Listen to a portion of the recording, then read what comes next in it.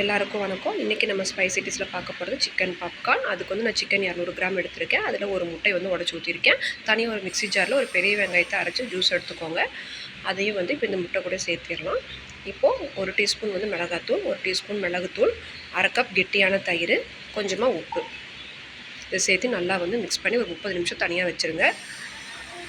ஒரு பாத்திரத்தில் 1 கப் மைதா, 1/2 cup cornflour மாவு, 1/2 டேபிள் ஸ்பூன் மல்லித்தூள், 1 டேபிள் ஸ்பூன் வந்து மிளகாத்தூள், 1/2 டேபிள் ஸ்பூன் கரம் மசாலா, கொஞ்சமாக உப்பு சேர்த்து நல்லா இப்படி இந்த மாதிரி கலந்து விட்டுருங்க. இப்போது நம்ம மிக்ஸ் பண்ணி வச்சுருக்கிற அந்த சிக்கன் பீசஸை இந்த மாவில் வந்து இந்த மாதிரி ரெடி பண்ணி தனி ஒரு பிளேட்டில் வச்சுக்கோங்க.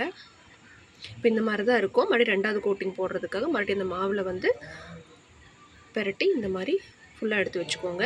இப்போ எண்ணெய் நல்லா சூடு பண்ணி ஒவ்வொரு பீசஸாக போட்டு ப்ரௌன் கலரில் வர வரைக்கும் பொரிச்சு எடுத்துருங்க. அவ்வளோதான், நமக்கு சுவையான சிக்கன் பாப்கார்ன் ரெடி.